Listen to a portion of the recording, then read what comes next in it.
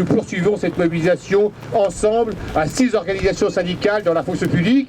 Je dis 6, c'est important parce que, contrairement à ce que vous nous faites croire, dans la fonction publique aussi, la mobilisation est majoritaire et celles des organisations qui refusent le diktat gouvernemental sont majoritaires à le refuser.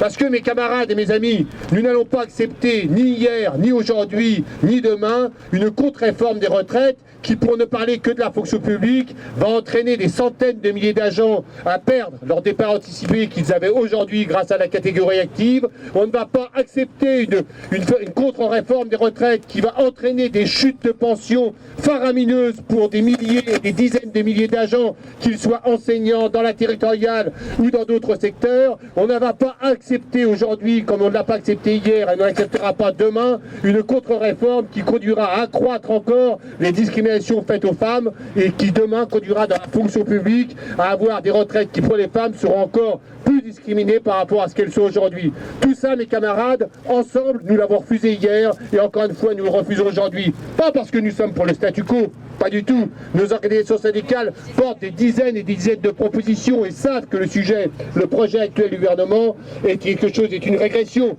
Mais nous considérons évidemment qu'il faut améliorer à partir du socle actuel de notre système de retraite solidaire et du maintien des régimes spéciaux de l'ensemble des régimes, évidemment qu'il y a des améliorations à effectuer. Et nous avons fait des dizaines de propositions. Et je veux insister sur cela. Le camp du refus, ceux qui bloquent aujourd'hui, ce ne sont pas les organisations syndicales qui organisent la mobilisation. Ceux qui bloquent aujourd'hui, ce sont les représentants du gouvernement qui refusent absolument de prendre en considération une quelconque revendication légitime portée par les salariés en lutte et par les organisations syndicales qui les représentent. Il faut de ce point de vue-là que les choses soient claires. Et ceux qui bloquent le pays aujourd'hui, qu'on le veuille ou pas, ce sont bien le pouvoir exécutif et ceux qui les soutiennent. Le MEDEF et tous les députés de la République En Marche et autres députés de droite.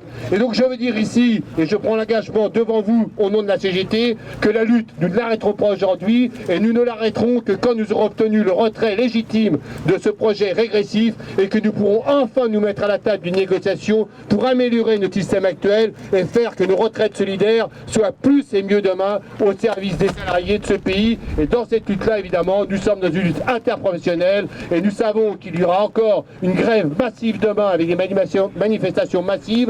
Et nous savons aussi que si le gouvernement ne cède pas, cette lutte continuera de manière unitaire la semaine prochaine. Tous et tous ensemble, mes camarades, nous gagnerons. Oui.